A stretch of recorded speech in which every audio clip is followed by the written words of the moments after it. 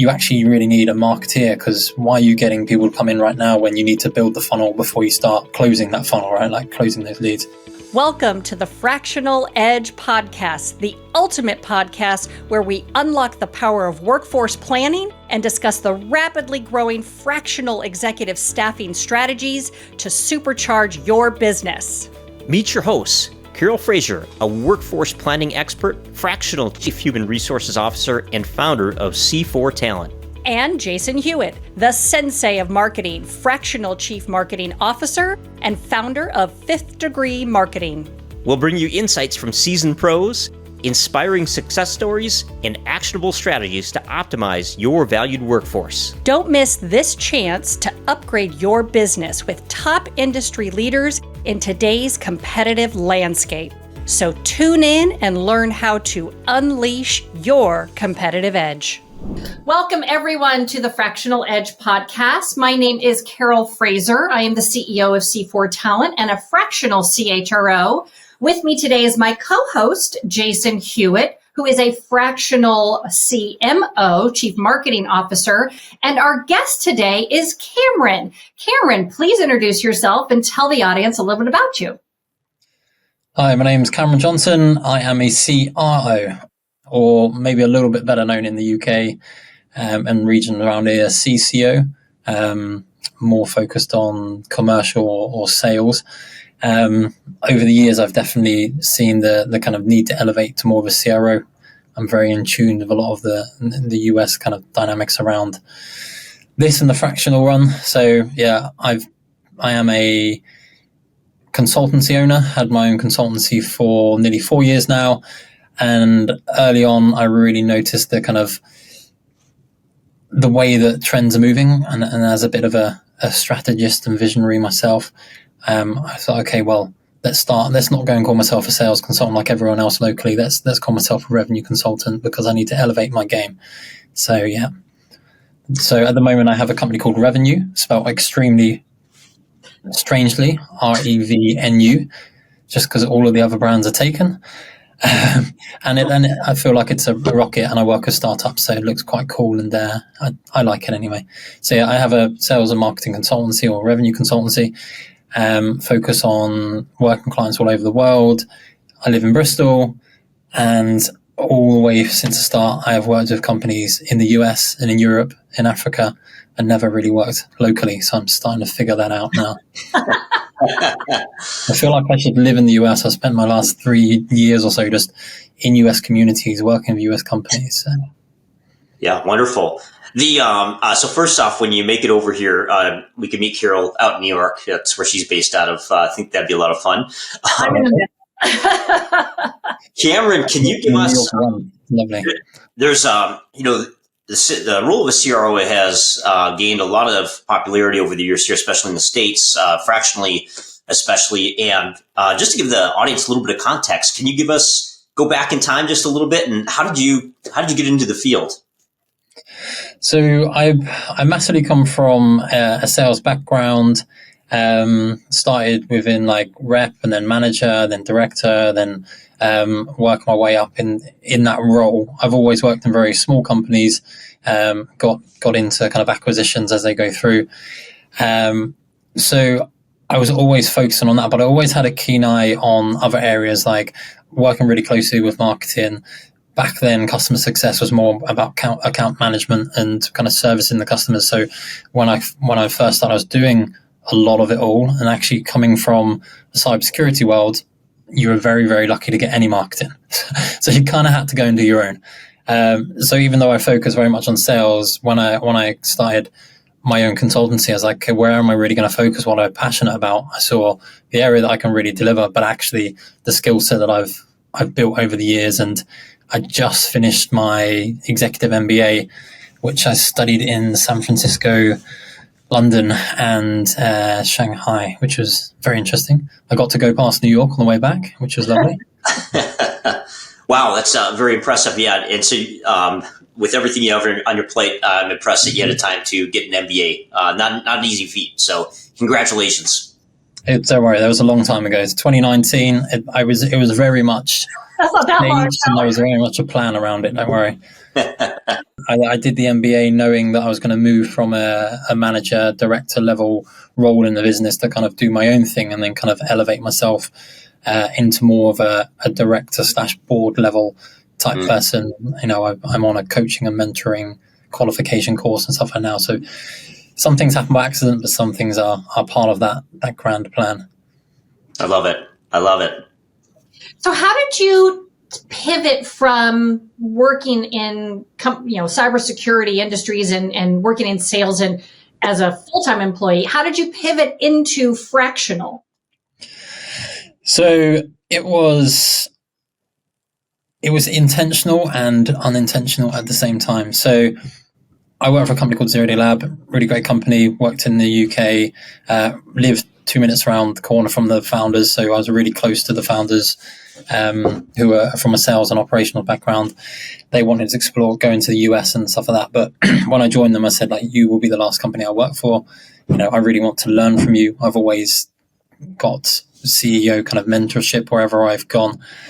And I basically knew that I wanted to go, but I just got caught up in just the cycle of sales, if you will, year after year, going again and again and again. And then someone just hit me of I need to do something because I'm just getting extremely bored doing the same thing over and over again. So yeah, as part of that, halfway through or 2/3 of the way through that company, I went and did an MBA so that I could then kind of look to explore what the next move would be. I gave my resignation in before I started my own business. Obviously, there's a time period to lapse, but I started my business in February 2020. As you know, probably not the best time to do it. I didn't think when I gave my resignation in many months beforehand that I didn't even know COVID existed. I came out and I had a friend actually in my MBA who came to me and said, I'm a tech guy, you're a sales guy. Let's go and build a company with another company's funding. So when we started that was my first ever consulting gig. And I was the commercial director in that business. And I just naturally started bringing in my kind of passion and experience of going and hiring a CMO, go and getting a digital agency, go and getting a website done, work with Indicom and stuff like that to start just doing those little bits. And actually the company I worked for that I left, they hired me back over that period of time because it was COVID and they felt bad for me. Little did they know I had maybe the 3 or 4 other clients on at the same time, doing the more kind of elevated stuff I wanted. I was more kind of handing over a lot of the stuff that we were working on before and helping them transition with some of the enterprise customers that they were working on. So yeah, I was kind of planned, but then a little bit of luck. And everyone said COVID was the worst time of life, etc. And it was horrible. And it's nothing that people should have to live through. But for me, the way I am as a person and my kind of my quirks and my skill set, it was really, really good because I spent literally that whole time not connected to any social platform, not watching any news, just working. And it gave me the time to learn more, do a CRO course through Pavilion or what used to be called Revenue Collective, do a bunch of courses here and there, do a CMO course so I can actually really understand more around how a CMO thinks, works and operates. And through COVID, it kind of didn't matter where in the world you lived, as long as you could deliver something. And I had some skills that people thought, okay, that looks good. How do we use him? So that was my journey over in the, going from full time into fractional.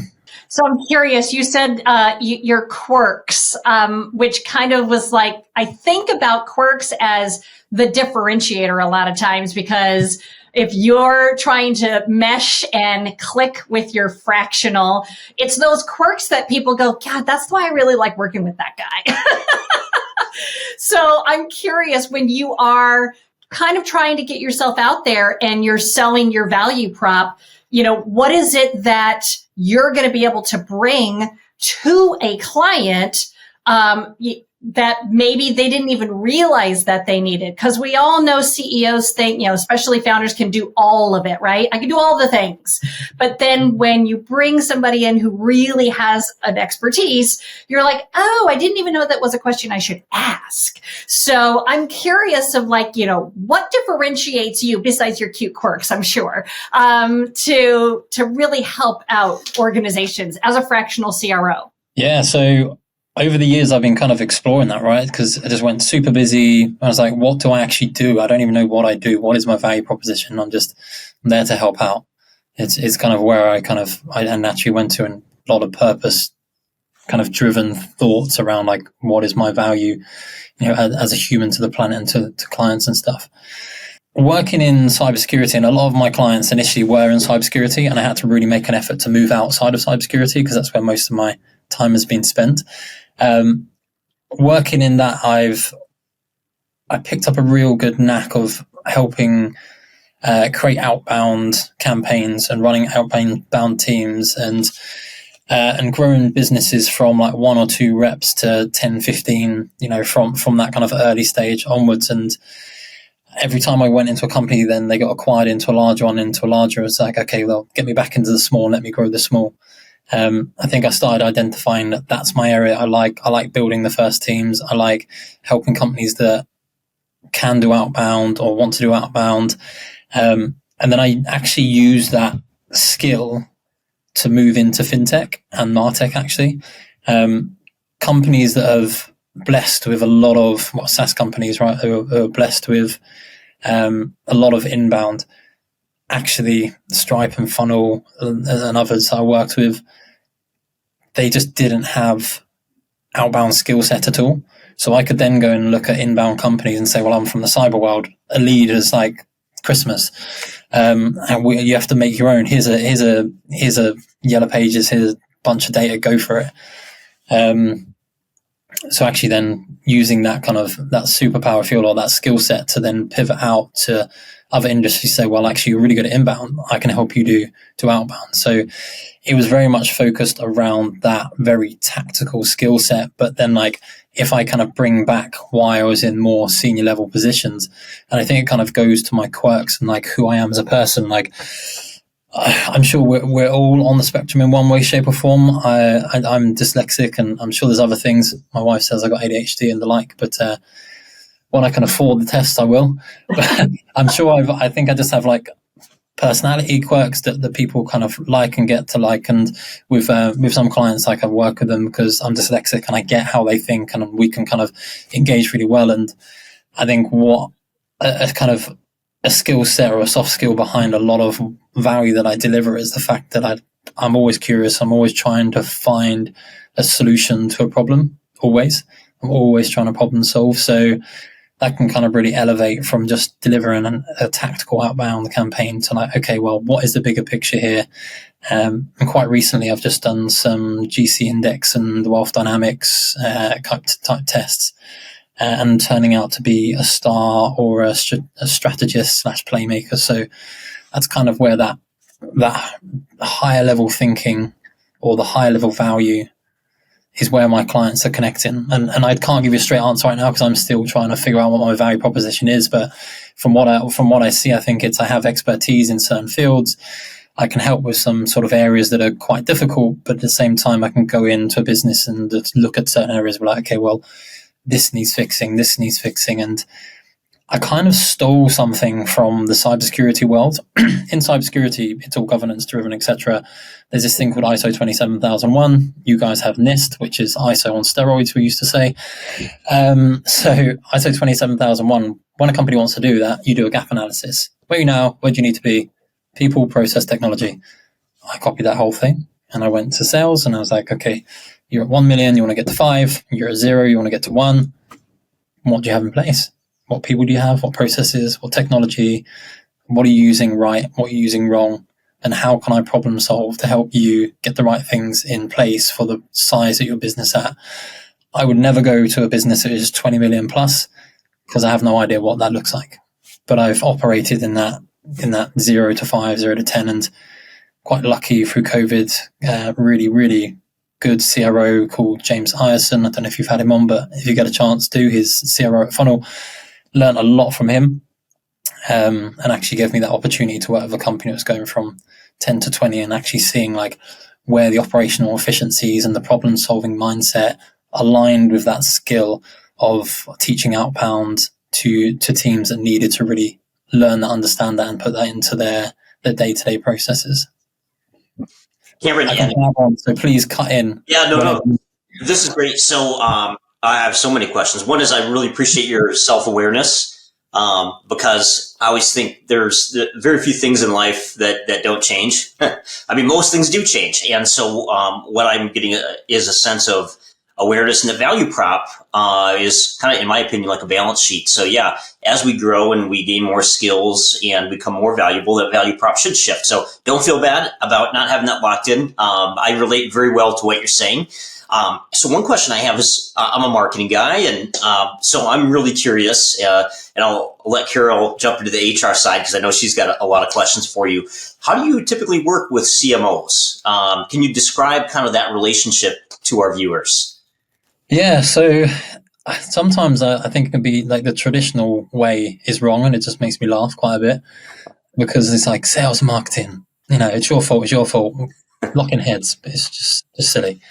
I worked with a guy called Yusuf, the VP of marketing at Funnel. Amazing guy. One of his kind of quotes and references is like, my process around aligning sales and marketing is something that he just said was great to do. And he said something a bit nicer that I probably can't recall, but I kind of, when it's in that position, I've either had to bring someone in from that level who's a CMO or a marketing leader or a director. I've been in some positions where I'm actually in a gig and I'm like, you don't need me. It's the wrong person because you want a CRO, but you focus more on like a VP of sales. So I kind of drop down to that level when needed. You actually really need a marketeer, because why are you getting people to come in right now when you need to build the funnel before you start closing that funnel, right? Like closing those leads. So I've been in cases where I'm like, you wanted me for the next 12 months. I should not be here. I've done my 3-month setup. You need to get this other person. And then at the right time, you need someone like me to come in and then take over. Or you need like a very, more of an advisory level person in place, which I'm slowly kind of navigating to. I have been in positions where sales and marketing have just been butting heads. I think marketeers are amazing. Like, stuff you do is like magic to me. I love bringing people in who can actually just do that and say, okay, well, we need this whole strategy. We need to have inbound, outbound. We need to have multi-channel. We need to be making sure that we're talking to our customers in the right way. You want me to do a sales deck? You're probably better to help build a sales deck because you'll be able to bring out the messaging from it, and working together on that sense. And one big thing that I jump around a bit, so apologies. It's the way I think. One thing that I got from Yusa was like, we were working on trying to tell the rest of the kind of commercial function, sales, marketing, customer success. We built a revenue council that had all these in, to kind of explain to them like why we're doing what we're doing, and people in the team why we're making different changes. And we looked at like functions as vectors, and we're saying like, if marketing is going in this direction, sales in this direction, customer success in this direction, even if you're off by like a small percentage, it could lead to like 20-30% inefficiencies or lack of productivity because you're not kind of fully aligned. And actually bridging that gap by understanding what an MQL is. If you're doing called CTA type stuff on the website that then goes to an SDR that then moves through the pipeline, then you bring content in, and the MQL is if the MQL is at the same weighting and is a class of the same thing, that's completely wrong. Actually, you need a weighting system for that, making sure that conversation to the SDRs and then to the AEs is kind of translated so that each part understands why they're doing what they're doing.